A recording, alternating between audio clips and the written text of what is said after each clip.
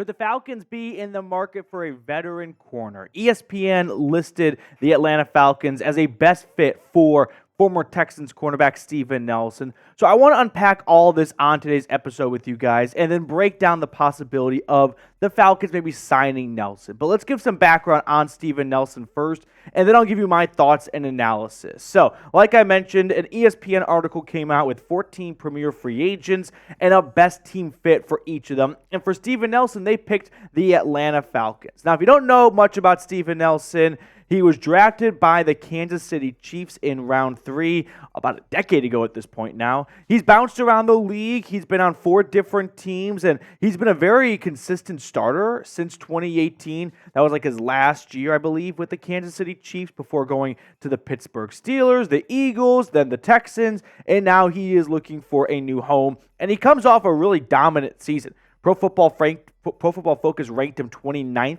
out of 130-plus qualifying corners. He comes off a career year, 12 pass breakups, 4 interceptions, both of those being career highs. He was also a very reliable player for this Texans secondary. I mean, they had injuries to Derek Stingley, and they were looking to have someone just be a reliable, consistent day in and day out guy. And sure, there were ups and downs with Steven Nelson last year, but only 1 touchdown allowed in coverage. That was definitely one of the best for him in his NFL career. So there is a lot to like about Steven Nelson's game. Personally, I've got zero opposition to adding a veteran corner. I'm sure you guys are getting a little bit tired about hearing me talk about let's add another corner, let's add another edge rusher. But I feel like those are cornerstone pieces that the Falcons need some depth at if they are serious about being more than just a team that wins the NFC South at 9-8 and loses by 20 points at home in the first round of the playoffs. If they want to be a team like last year's Bucs that actually wins a home playoff game and then, gives the Lions or anyone else for that matter a run for their money in the divisional round or even the NFC Championship game if they get a bye, they're going to need some more depth at cornerstone pieces, which include cornerback. So let me give you all an opportunity to weigh in here. Would you sign Steven Nelson? Give me a yes, give me a no. You may not have a ton of background knowledge on Steven Nelson, but when it comes to adding a veteran starting cornerback, do you feel like that's in Atlanta's best interest, or are you in the camp of they drafted Clark Phillips last year, you liked what you saw out of him towards the end of last season, you feel like he is ready to grow, and you should be giving him much more of a look so he can be a long-term starter here instead of looking for a Band-Aid 1-year veteran corner, which is likely what Steven Nelson would be. Let me know what your thoughts are down below in the comment section. Now, here's what Matt Bowen from ESPN wrote on this. At his best, when he can key inside to read the quarterback, he's a fit for Coach Raheem Morris' scheme, which tends to be more zone-heavy.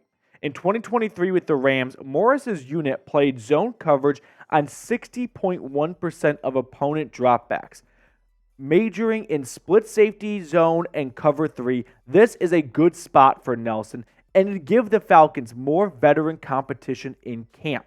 Now, they could definitely use some veteran competition. I mean, they've got young guys like Clark Phillips and D. Alford, and then they've got some veteran players, right? They signed Antonio Hamilton, who started a bunch of games for the Cardinals last year. He played some solid football. Kevin King, former second-round pick by the Packers, he has missed a lot of time due to injuries the last few years. Haven't seen him in a few moons, but if they feel like he can get back to where he was before really a bad run of injuries up in the frozen tundra, that's another veteran piece for them. Mike Hughes, former first-round pick by the Minnesota Vikings. Can he become a consistent starter in the NFL, even if it's not at a first-round potential?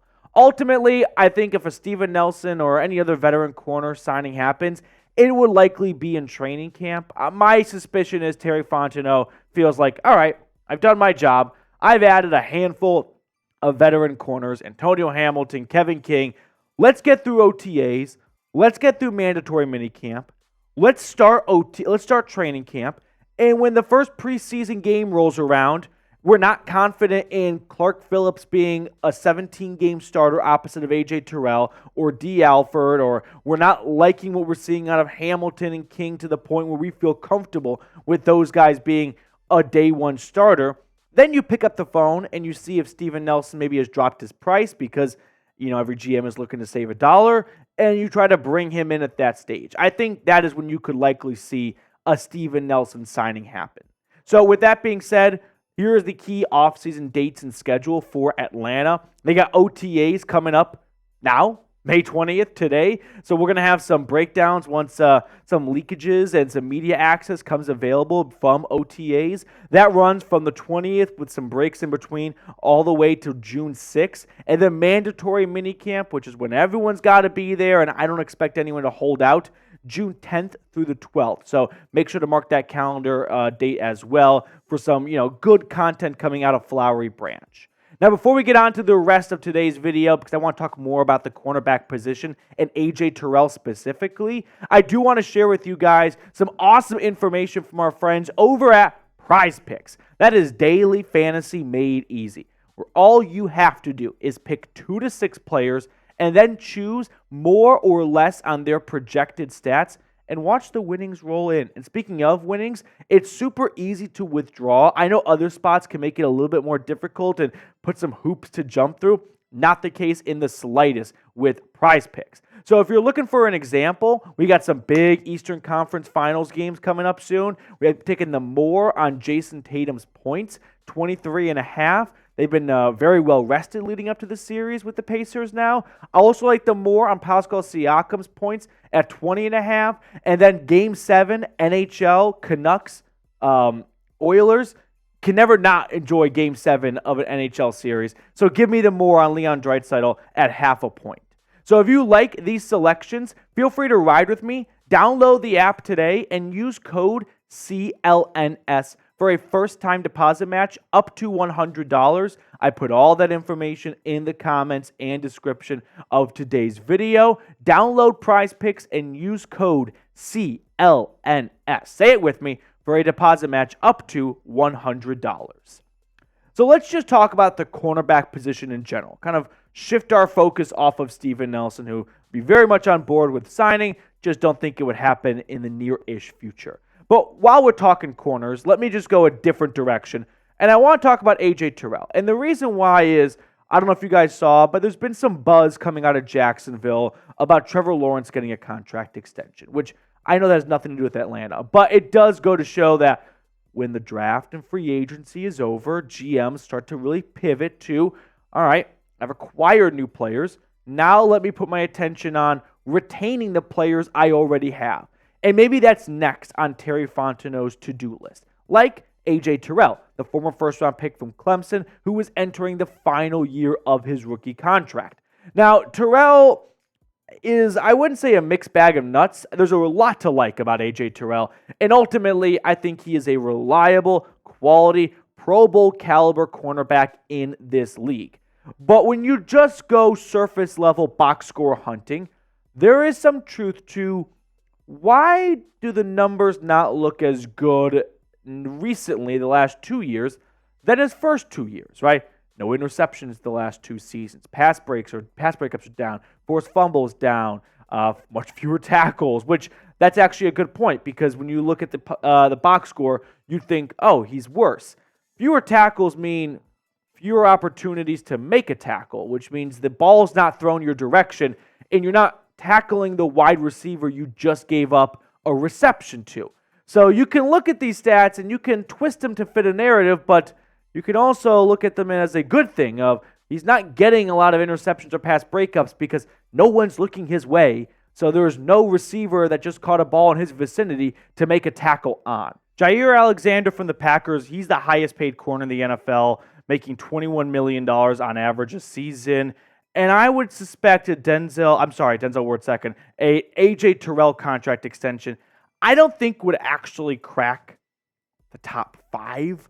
I'm sure Terrell and every other player in that position group that looks to raise the bar for fellow teammates would like to say I may not be top 5, but inflation's a real thing and salary cap's going up. I want to be paid like a top 5 cornerback. My projection for an A.J. Terrell extension, I think could be a 4-year, $72 million contract, average of $18 million. And that would make him the 9th highest paid cornerback. So I think this is a bit of a win-win for both sides. For the Falcons, they're getting really good cornerback play. And sure, if you stack up the top 20 cornerbacks, Some may have A.J. Terrell in the top 9. Some may not have him in the top 9. But that's kind of just the nature of when you got a star player and you kind of abuse them for a rookie contract where you underpay them, you sometimes have to make up for that with the next contract. And for A.J. Terrell, he gets the bag, right? He gets $72 million, probably guarantee somewhere around 50 or so million of that. And 4-year contract means he'll be a free agent before he's 30 again, so he can kind of get another big contract in free agency, which is why 4 years may be more advantageous for him compared to doing a 5-year contract. And if he's great for all 5 years, when that contract is up, teams are not going to be looking to pay for, with a 30-year-old cornerback that's a dinosaur at that point, right? Where you get him on the 4-year deal, and it's kind of a win-win for both sides. So this is what I think a Falcons extension with A.J. Terrell could look like, give or take. Now, the big question really becomes, does Raheem Morris want to have A.J. Terrell long-term? We're going to find out, I think, in the beginning 8 stages of the 2024 season as to whether or not A.J. Terrell would be a good fit for what Jimmy Lake and Raheem Morris are trying to do defensively. Like Matt Bowen pointed out, we're going to see a lot of zone defense. We're going to see a lot of more of A.J. Terrell in a zone defense. How does he fit? If he is, trying to smash a circle into a triangle, then you're not going to want to reward him with a 4-year, $72 million extension because he's not a good fit for what you're trying to do defensively, schematically. But if he is a good fit, I think this is a very fair contract all around. Now, speaking of the best fits, this was the article ESPN put out earlier, like I said. And in case you're wondering where some of the other marquee free agents went, Ryan Tannehill to back up Baker Mayfield in Tampa, Hunter Renfrow to the Cardinals, Michael Thomas leaves the Saints to go to the Cowboys, Donovan Smith goes to the Patriots. Their offensive line has been shaky at best. Dalton Reisner, a good guard, stays put in Minnesota. Connor Williams, a center to the Broncos. Calais Campbell is in this article. He goes to the Philadelphia Eagles. I'll expand on that for a moment. I feel like that is a very Eagles signing where they love to get veteran pass rushers. That is a position group that Howie Roseman feels you can never have enough of. So I could definitely see Campbell feeling like Philly's a good spot for me because I have a good chance to try and win a ring. And for the Eagles, Campbell's an awesome human being. He's a great mentor in the locker room. They got some young guys coming up the ranks. That could be a good fit for both sides. Yannick Ngakoue to the Browns, Emmanuel Ogbah to the Raiders. Then you've got Xavier Howard going over to the Texans, Stephon Gilmore to the Panthers for a reunion, Steven Nelson, as we talked about for a good chunk of the show, to Atlanta, Adoree Jackson to the Vikings, and then Justin Simmons, another really good quality player. I think of all the 14 guys on this list, Justin Simmons is by far the best pure football player at this stage. I don't know why he's still a free agent. Someone has to answer that question for me.